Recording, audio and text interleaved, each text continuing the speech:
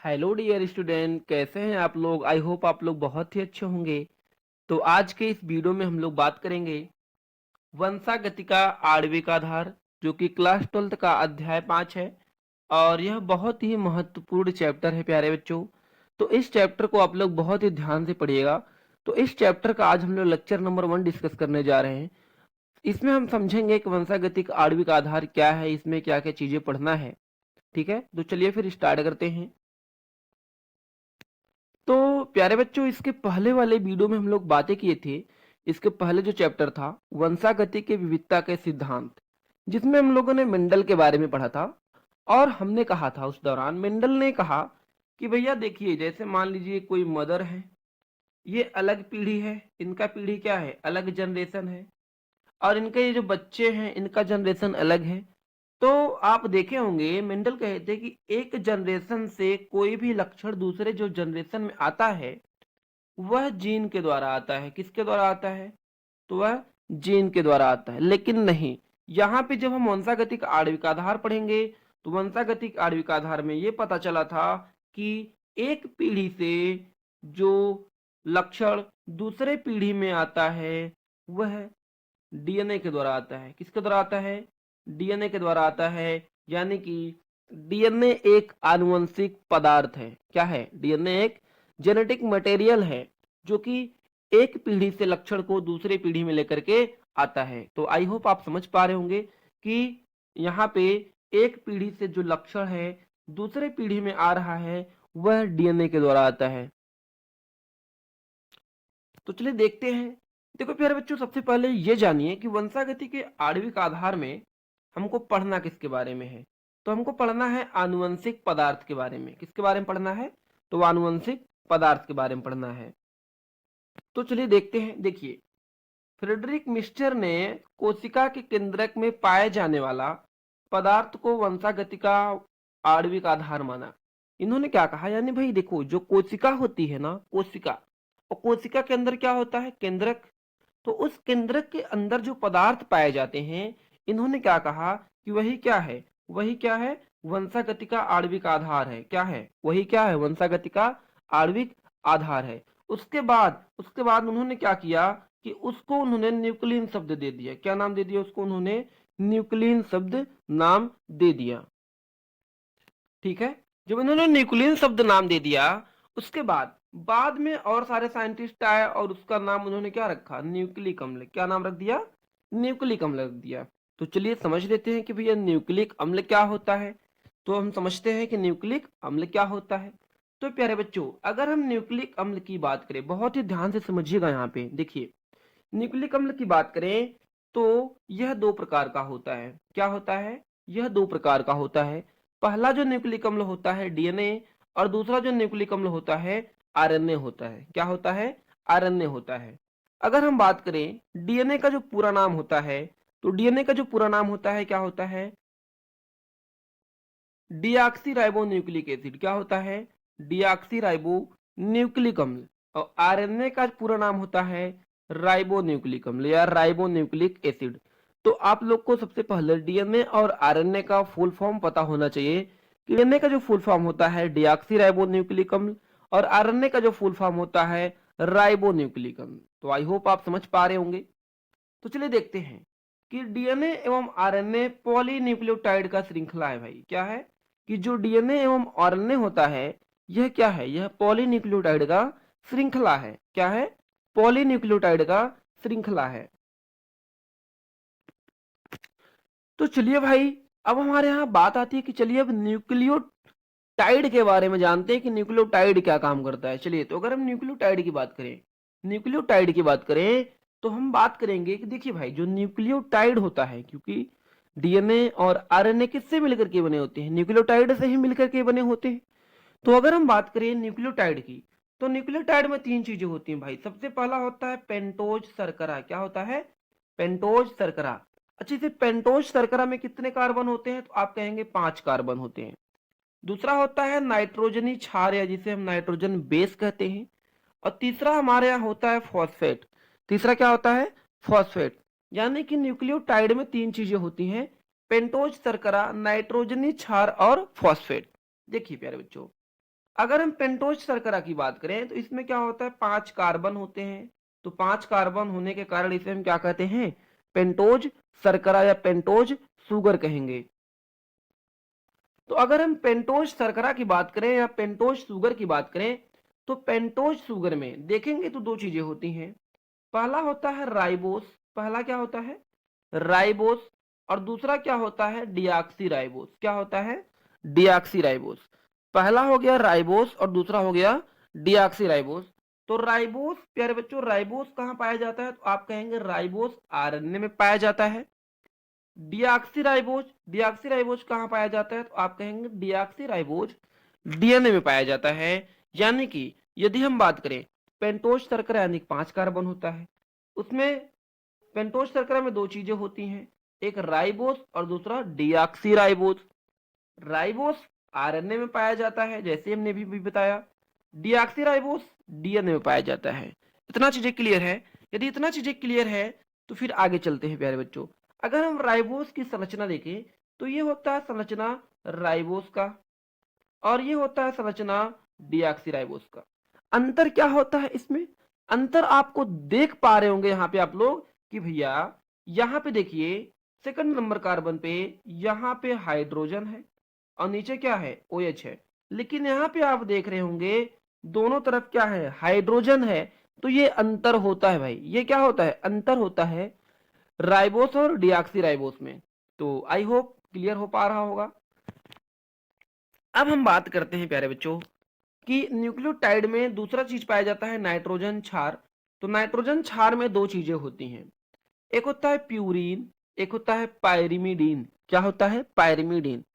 तो प्यारे बच्चों प्यूरीन में हम कहेंगे कि इसमें एडिनिन पाया जाता है और ग्वानिन पाया जाता है। तो जी माने ग्वानिन, ए माने एडिनिन। तो आई होप आप लोग को क्लियर है कि प्यूरीन में एडेनिन और ग्वानिन पाया जाता है। हमेशा याद रखिएगा भाई, एडेनिन और ग्वानिन पाया जाता है। और पायरिमिडीन में क्या पाया जाता है, पायरिमिडीन में क्या पाया जाता है, तो पायरिमिडीन में थाइमिन पाया जाता है, यूरेसिल पाया जाता है और साइटोसिन पाया जाता है। और उसके बाद न्यूक्लियोटाइड का जो लास्ट होता है, लास्ट चीज होता है क्या होता है, फॉस्फेट। तो न्यूक्लियोटाइड तीन चीजों से मिलकर के बना है। किससे मिलकर के बना है, पेंटोज शर्करा, नाइट्रोजनी क्षार और फॉस्फेट। तो आई होप आप लोग को क्लियर हो पा रहा होगा कि न्यूक्लियोटाइड में कितनी चीजें होती हैं। तो न्यूक्लियोटाइड तीन चीजों से मिलकर के बना होता है, पेंटोज शर्करा, नाइट्रोजन क्षार और फॉस्फेट। नाइट्रोजन क्षार में प्यूरिन और पायरिमिडीन पाया जाता है। तो आप इसको स्क्रीनशॉट ले सकते हैं, आप इसको स्क्रीनशॉट ले लिए और इस तरीके से आप अपने नोट्स में इसको लिख लीजिए। चलिए अब आगे चलते हैं। यदि हम बात करें राइबोस की, तो राइबोस अधिक सक्रिय होता है। राइबोस क्या होता है, अधिक सक्रिय होता है। इसमें दो OH समूह होता है। ठीक है, सक्रिय क्यों होता है, क्योंकि इसमें दो OH समूह होता है। अभी अभी हम लोगों ने देखा डिऑक्सी राइबोस क्या होता है भाई, ये कम सक्रिय होता है। इसमें एक ही OH समूह होता है। इसमें क्या होता है, एक ही OH समूह होता है, इसलिए ये कम सक्रिय होता है। और इसमें दो OH समूह होते हैं, इसलिए ज्यादा सक्रिय होता है। ठीक है, आगे बात करेंगे कि यह कम अस्थाई होता है। यह क्या होता है, यह कम अस्थाई होता है। और यह क्या होता है, अधिक अस्थाई होता है। यह क्या होता है, अधिक अस्थाई होता है। तो आई होप आप लोग को चीजें क्लियर हो पा रही होंगी।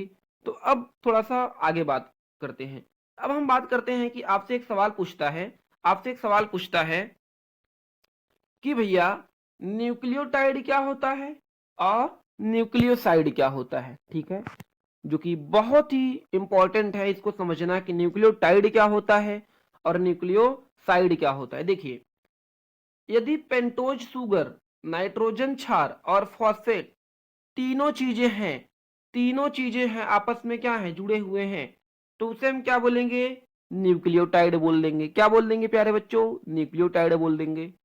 और यदि पेंटोज शुगर और नाइट्रोजन क्षार हैं, क्या है, पेंटोज शुगर और नाइट्रोजन क्षार केवल हैं, तो उसको हम क्या बोल देंगे कि ये भैया न्यूक्लियोसाइड है। ये क्या है, न्यूक्लियोसाइड है। ठीक है, तो क्लियर हो गया न्यूक्लियोटाइड क्या होता है और न्यूक्लियोसाइड क्या होता है। तो अब हम लोग बात कर लेते हैं प्यारे बच्चों डीएनए के न्यूक्लियोसाइड की बात। ठीक है। अच्छा, अगर हम डीएनए की न्यूक्लियोसाइड की बात करें तो न्यूक्लियोसाइड में क्या क्या होते हैं? डीऑक्सीराइबोस और एडेनिन होता है। ठीक है। जैसे अगर हम मान लो डीऑक्सीराइबोस और एडेनिन को ले लिए तो यहाँ पे क्या बनेगा? Deoxy adenosine. उसके बाद डीऑक्सीराइबोस को और उसके साथ ग्वानिन ले लिया तो क्या हो गया? Deoxy guanosine. क्या बन गया? Deoxy guanosine.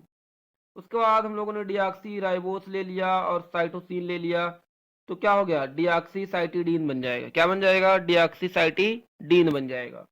यहाँ पे हमने ले लिया डीऑक्सी राइबोस ले लिया और उसमें हमने थाइमिन जोड़ दिया तो क्या बन गया? डीऑक्सी थाइमिडीन बन गया। अब यहाँ पे आपको एक ट्रिक है। आपको यहाँ पे क्या है? एक ट्रिक है। क्या ट्रिक है? कि यदि भैया प्यूरिन रहेगा, प्यूरिन, प्यूरिन में क्या क्या आते हैं अभी भी पढ़े हो? एडिनिन आता है और ग्वानिन आता है। तो यदि प्यूरिन आएगा तो प्यूरिन के लास्ट में क्या लगता है? सीन। जैसे यहाँ पे देखो एडिनोसिन लगा है और ग्वानोसिन लगा है। ठीक है, आई होप क्लियर हो पा रहा है। और यदि पायरिमिडीन होगा तो पायरिमिडीन में क्या लगाएंगे? लास्ट में डीन लगा देंगे। जैसे साइटोसिन है तो साइटिडीन, थाइमिन है तो थाइमिडीन। तो ये होते हैं डीएनए के न्यूक्लियोसाइड। अब हम लोग बात करते हैं प्यारे बच्चों आरएनए के न्यूक्लियोसाइड की। तो वही ट्रिक है, वही ट्रिक है। देखिए राइबोस के साथ जब हम एडेनिन को जोड़ते हैं, राइबोस के साथ जब हम एडेनिन को जोड़ते हैं तो एडेनिन क्या है? प्यूरिन है। प्यूरिन है तो क्या लगेगा? सीन लगेगा तो हो गया एडिनोसिन। क्या नाम हो गया? एडिनोसिन। ये है राइबोस। राइबोस के साथ क्या है भाई? ये हमने ग्वानिन लगा दिया। क्या लगा दिया? ग्वानिन लगा दिया। ग्वानिन भी क्या है? एक प्यूरिन है। तो ग्वानिन भी एक प्यूरिन है तो नाम हो जाएगा इसका ग्वानोसिन। क्या हो जाएगा? ग्वानोसिन प्यारे बच्चों। उसके बाद है यहाँ पे राइबोस के साथ यदि हम साइटोसिन को लगा दें, राइबोस के साथ यदि हम साइटोसिन को लगा दें तो साइटोसिन क्या है? एक क्या है? साइटोसिन क्या है? एक पायरिमिडीन है। तो पायरिमिडीन के साथ क्या लगता है? डीन। तो ये हो गया साइटिडीन। अब यूरेसिल क्या है? यूरेसिल भी क्या है? यूरेसिल जो होता है, यूरेसिल भी एक पायरिमिडीन है। तो इसके साथ भी क्या लगेगा? डीन। तो हो जाएगा यूरिडीन। क्या हो जाएगा? यूरिडीन। तो हमेशा याद रखिएगा भाई, क्या याद रखिएगा? कि यदि प्यूरिन रहेगा तो प्यूरिन के साथ जब भी न्यूक्लियोसाइड लिखेंगे तो लगाएंगे सीन।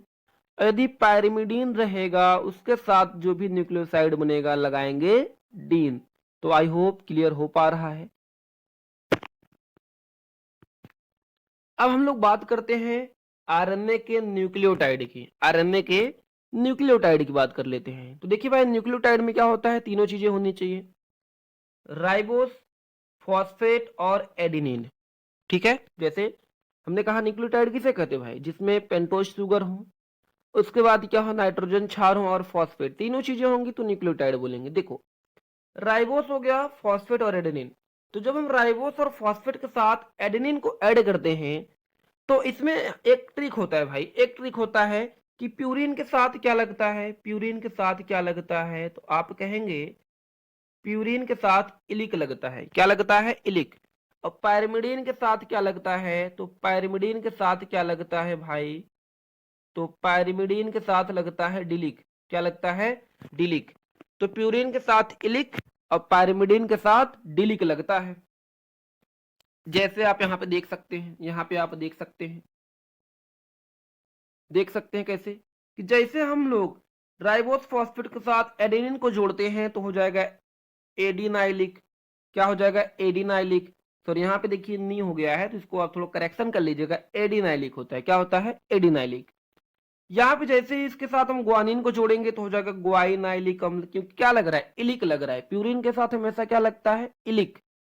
अब देखिए जैसे हम लोग साइटोसिन को जोड़े तो ये नाम हो जाएगा साइटिडिलिक। क्यों? क्योंकि पिरिमिडीन जहां आएगा तो वहां पे क्या लगेगा? डिलिक।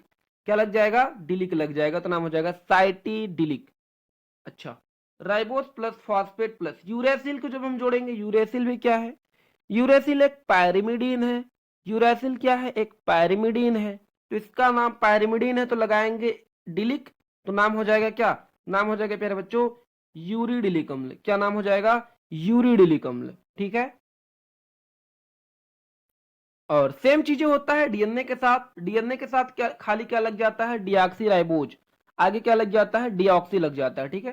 तो डीऑक्सी राइबोज प्लस फॉस्फेट और एडेनिन जोड़ेंगे तो वही सेम चीजें हैं। ट्रिक वही लगेगा, डिऑक्सी एडिनाइलिक, प्यूरिन है तो इलिक लगेगा ही लगेगा, फिक्स है।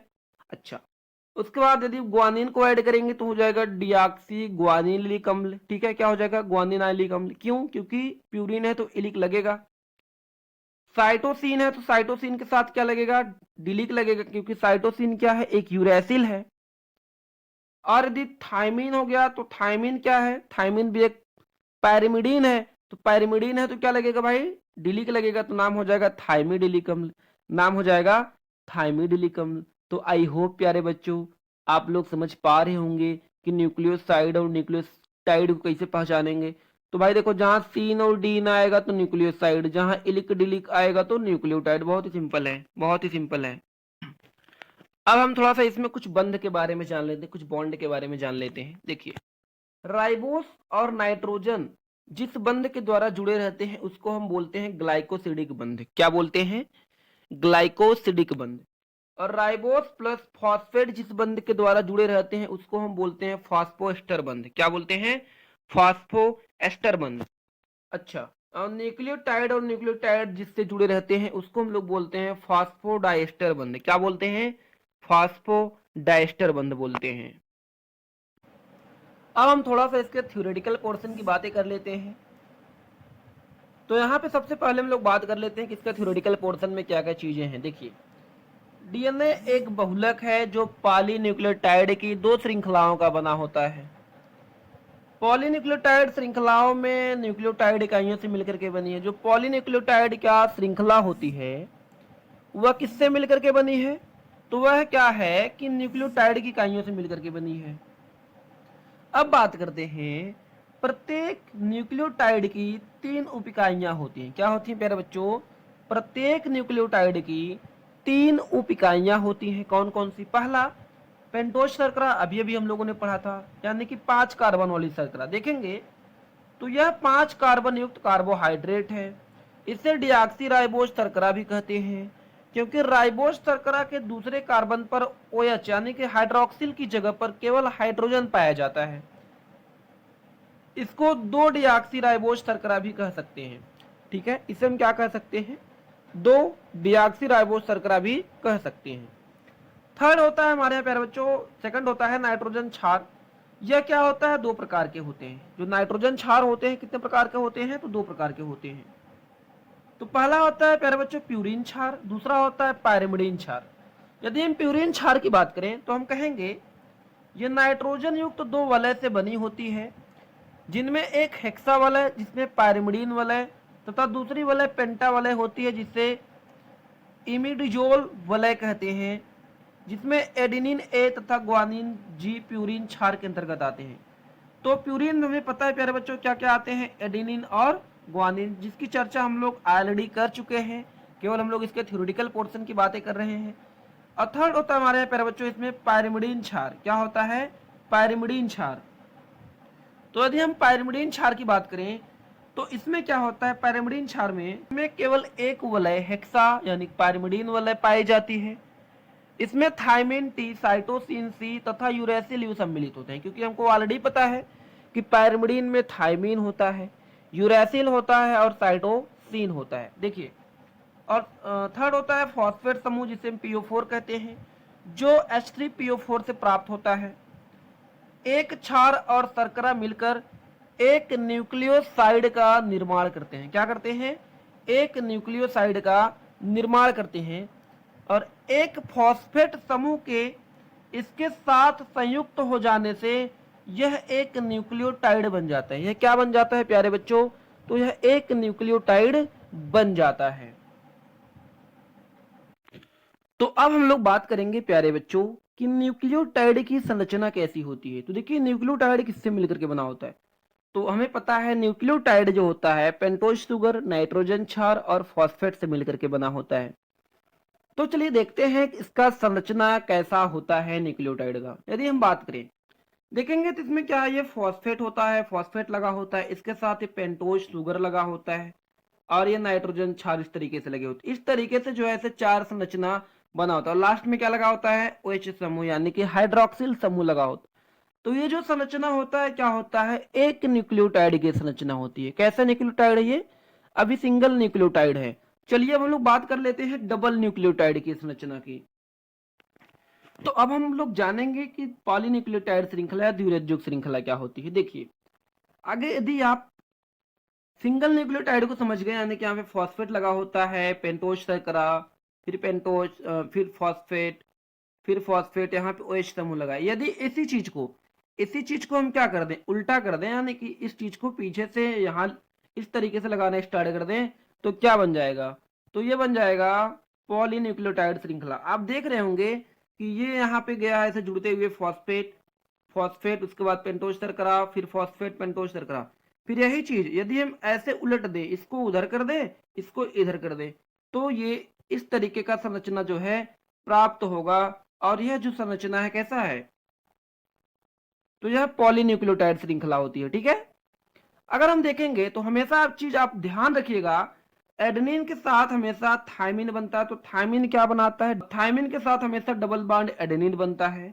और ग्वानिन और साइटोसिन के बीच में हमेशा ट्रिपल बॉन्ड बनता है, और साइटोसिन और ग्वानिन के बीच में भी हमेशा ट्रिपल बॉन्ड बनता है। ये चीजें हमेशा आप लोग ध्यान रखिएगा। इसके पहले हम लोग कुछ बॉन्डिंग की बातें किए थे। अच्छा, बॉन्डिंग की बातें क्या किए थे, हमने कहा था भाई देखो, ये जो नाइट्रोजन क्षार है और ये जो पेंटोज शुगर है, इनके बीच में जो बॉन्डिंग होती है, इसको हम लोग क्या बोलते हैं प्यारे बच्चों, इसको हम लोग बोलते हैं ग्लाइकोसिडिक बॉन्ड। अभी भी हम लोग पढ़े हैं इसको, क्या बोलते हैं, हमेशा याद रखिएगा, ग्लाइकोसिडिक बॉन्ड बोलते हैं। ठीक है, क्या बोलते हैं, ग्लाइकोसिडिक बॉन्ड। लिख लीजिएगा भाई, ग्लाइकोसिडिक बॉन्ड कहाँ लगता है, ग्लाइकोसिडिक बॉन्ड।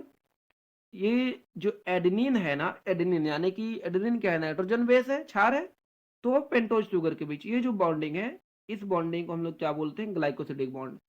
अब यहाँ पे आप देख रहे हैं फॉस्फेट, फॉस्फेट जुड़ा हुआ है कार्बन से, तो ये यहाँ पे जो बॉन्ड लगता है, इस बॉन्ड को हम लोग बोलते हैं क्या है भाई, फॉस्फोएस्टर बॉन्ड। क्या बोलते हैं, फॉस्फोएस्टर बॉन्ड। ठीक है, अच्छा, ये जो हाइड्रोजन जो है इस कार्बन से जुड़ा है, इस कार्बन और हाइड्रोजन के बीच जो बॉन्ड लगता है, उसको हम लोग क्या बोलते हैं भाई, उसको हम लोग क्या बोलते हैं, उसको हम लोग बोलते हैं हाइड्रोजन बॉन्ड। क्या बोलते हैं, हाइड्रोजन बॉन्ड। तो आई होप आप लोग को क्लियर हो गया होगा कि डीएनए का पॉलीन्यूक्लियोटाइड संरचना कैसा होता है। तो आई होप प्यारे बच्चों, मुझे पूरा उम्मीद है आप लोग को समझ में आ गया होगा। और हाँ, ज़्यादा से ज़्यादा वीडियो को शेयर करिए, जिससे और भी बच्चों का फ़ायदा हो सके। तो हम लोग मिलेंगे नेक्स्ट वीडियो में, और नेक्स्ट वीडियो में मिलेंगे आनुवंशिक पदार्थ की खोज, जिसमें हम लोग सीखेंगे ग्रिफिथ का एक्सपेरिमेंट जो किए थे, उसके बाद हर्शे एवं चेस, मैकलिन मैकॉर्टी, तो इन सभी एक्सपेरिमेंट पे हम चर्चा करेंगे।